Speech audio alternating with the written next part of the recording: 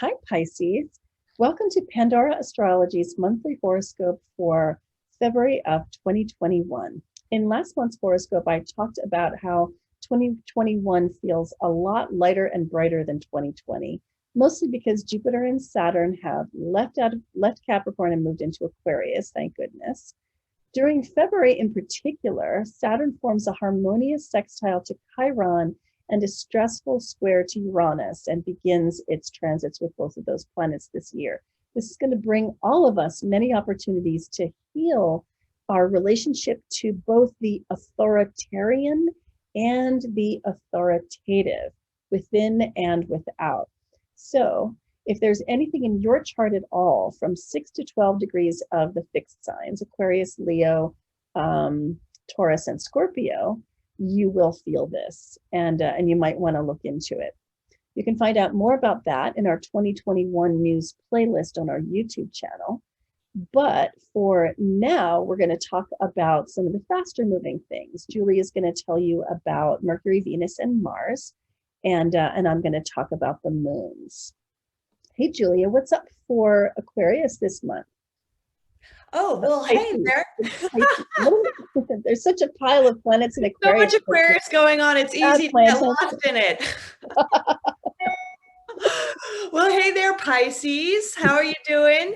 So I'll start with Mars, the planet of action, also the planet of anger, too. And Mars spends the whole month of February in your third house. This is the house of siblings. This is the house of your neighbors and neighborhood. And it's also the house of communication.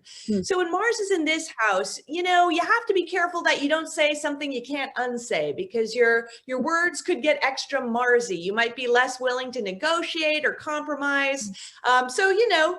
Just sort of watch what you say. And then if you have any brothers or sisters, this could be a period where you guys might not be seeing eye to eye on a lot of things. And again, since the third house is also our neighborhood, including our neighbors, this could be a time of running into some conflict with them as well. Now, Venus, the planet of relationships and beauty, starts the month in your 12th house. And when Venus is in the 12th house, Venus is such a social planet, but the 12th house is such an isolated place. So you're probably going to want to spend a lot more time by yourself and might withdraw socially a lot. If you have a partner, then you might enjoy just kind of spending time with them one-on-one, maybe at home, than being out and about doing things. And then Venus goes into the sign of Pisces, which is your first house, on February 25th. And that is going to have a totally different feel. You're going to be a lot more social after the 25th.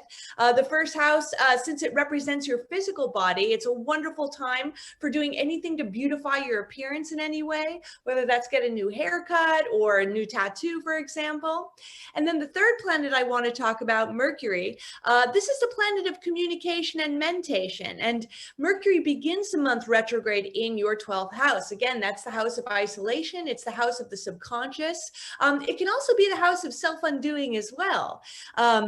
So when Mercury is retrograde in the 12th house, there's a chance that if you say anything, because Mercury represents our speech, which might be a little, what's the word I'm looking for? Maybe if you're deceptive in any way with your communications, it could really come back to bite you, because the 12th house, it's like if you do something to sabotage yourself, it's going to come. And with Mercury here, you could also be getting a lot of your best insights from very, very ethereal places, like a dream state or a meditation state, because the 12th house is just such a trippy sort of subconscious kind of place. Now, Mercury goes direct on the 20th of this month.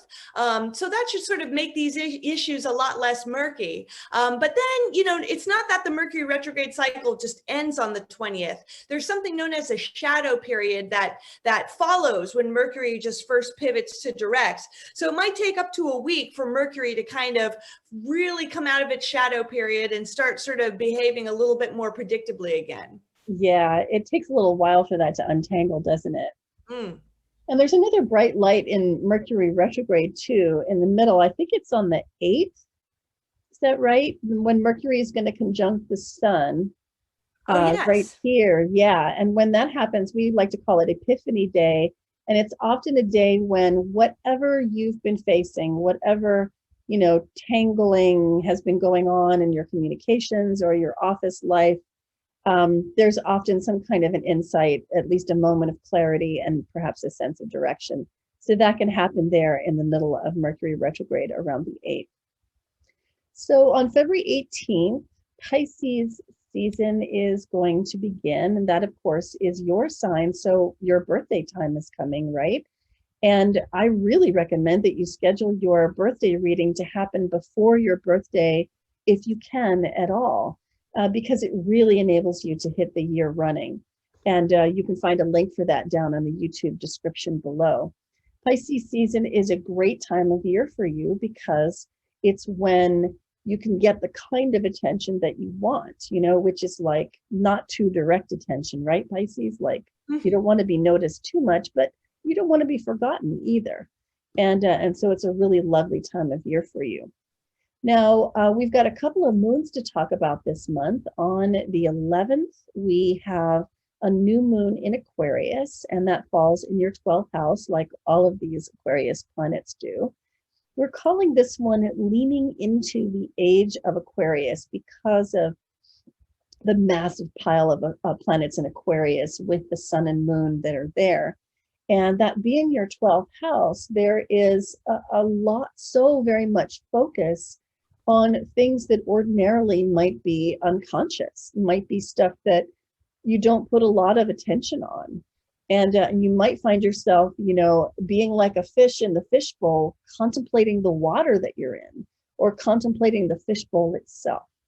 And so this particular moon might bring some interesting illumination around that, especially the way that it happens fairly close to that Mercury Epiphany Day.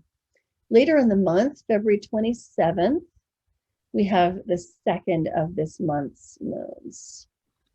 And this is a full moon, which falls with the sun in Pisces and the moon itself in Virgo, which is your 7th house. So you can definitely expect some strong relationship themes to come up during this moon. And you might know from watching our horoscopes in the past or from watching our moon videos that you'll feel the effects of a moon on the day of, but also the day before and the day after. It really kind of casts a little bit of an aura there. And full moons already have a strong relationship feel to them. But when the full moon occurs in your 7th house, oh, there's that song again. When the moon is in the 7th house. Oh my God, Age of Aquarius. It's so hilarious. That had to come into my brain just in that moment, which is ironic because the moon is in the 7th house every day. There's nothing.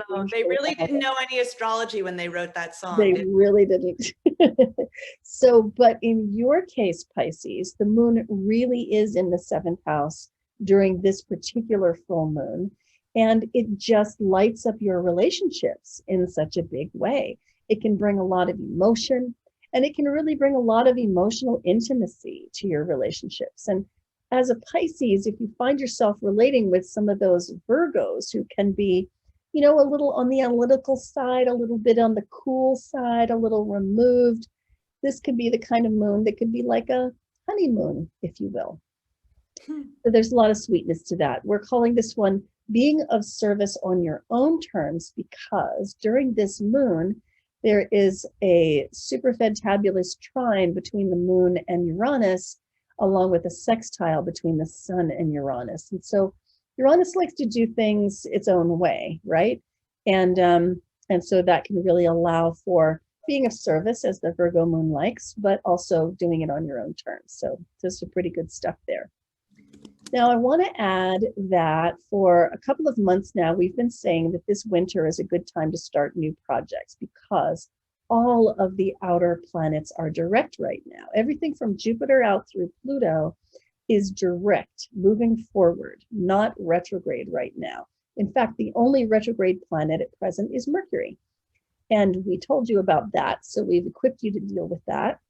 And if you're willing to wait to start those large projects until about a week after February 20th, talking the 25th to the 27th, then you'll find that March is once again really good for starting those big projects, such as buying a home or moving house, renting a new place, buying a car, buying property, those large purchases, beginning a business, for example, and doing so with few obstacles.